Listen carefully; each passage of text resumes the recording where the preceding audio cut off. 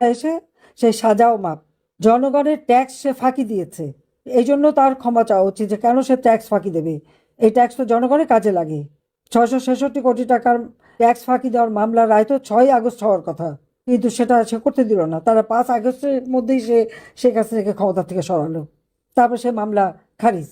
শুধু এই মামলা না, গ্রামীণ ব্যাংকের টাকা গ্রামীণ ব্যাংক থেকে সরিয়ে গ্রামীণ কল্যাণ একটা ফান্ড তৈরি করে সেই ফাউন্ডেশনে টাকা রেখে দিয়েছে। সেখান থেকে আবার গ্রামীণ ব্যাংকের 2% সুদে সে ঋণ দিত। এই যে গ্রামীণ ব্যাংকের টাকা সে মেরে দিল।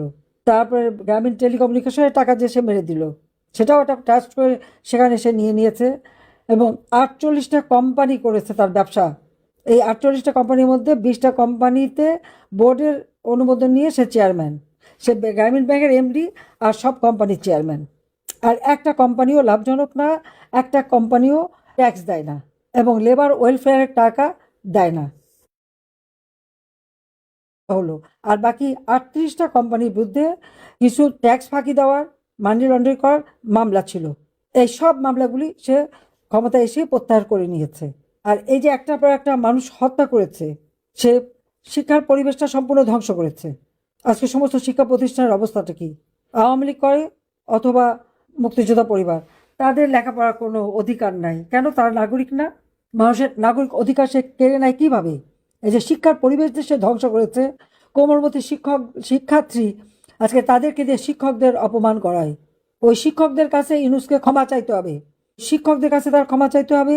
শিক্ষক এবং শিক্ষার্থী যাদের পড়াশোনা করতে দেয় না, এবং আমরা বিনামূল্যে বই দিতাম, সেই বই সময় মতো সে দিচ্ছে না। বইয়ের টাকাগুলি যাচ্ছে কোথায়? ইতিহাস বিকৃত করছে। আজকে ছেলে মেয়েদের বিকৃত ইতিহাস শেখাচ্ছে।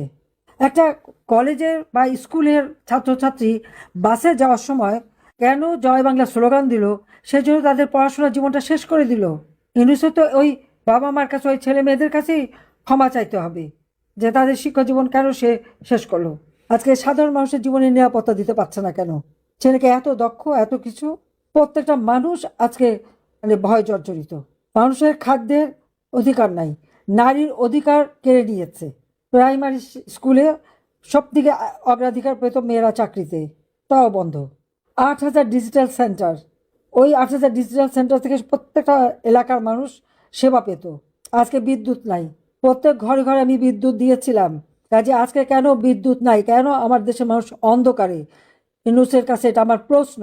আজকে বিদ্যুৎ দিতে ব্যর্থ, সেজন্য জাতির কাছে তার ক্ষমা চাওয়া উচিত। আজকে গ্যাসের অভাব, এমনকি সিলিন্ডার গ্যাস যা 800-900 টাকা থেকে 1200 টাকা পেত, আজকে তা 2200-2300 টাকা, প্রায় 2,000-2,500 টাকায় নিতে হচ্ছে। কেন গ্যাসের দাম বাড়লো? সেজন্য ইউনূসকে ওই জনগণের কাছে ক্ষমা চাইতে হবে। আজকে নারী ধর্ষণ, শিশু ধর্ষণ সে বন্ধ করতে পারে নাই।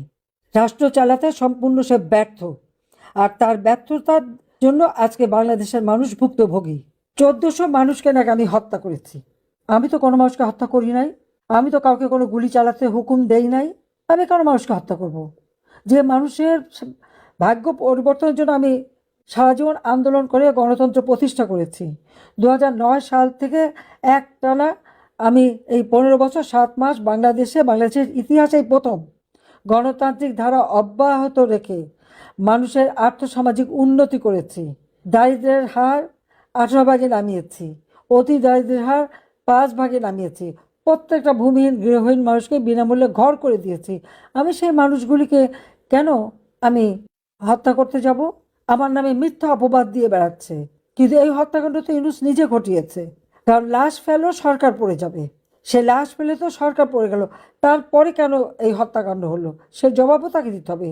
2024 সালে 15 জুলাই থেকে 20 জুলাইয়ের মধ্যে যে হত্যাকাণ্ডগুলি এবং যে সমস্ত সরকার স্থাপনাগুলি আগুন দিয়েছে, সেই মেট্রো রেল থেকে শুরু করে এক্সপ্রেসওয়ে থেকে শুরু করে বিটিভি ভবন থেকে সব জায়গায়, এগুলি তো ইউনূসের মেটিকুলাস ডিজাইনের অংশ।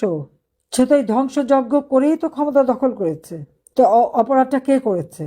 তো ওই 1400 মানুষের কথা যে বলেছে জাতিসংঘ, এবং আমি দেখলাম চ্যাথাম হাউস তারাও বলে 1400, সবাই বলে 1400। আমি সকলের কাছে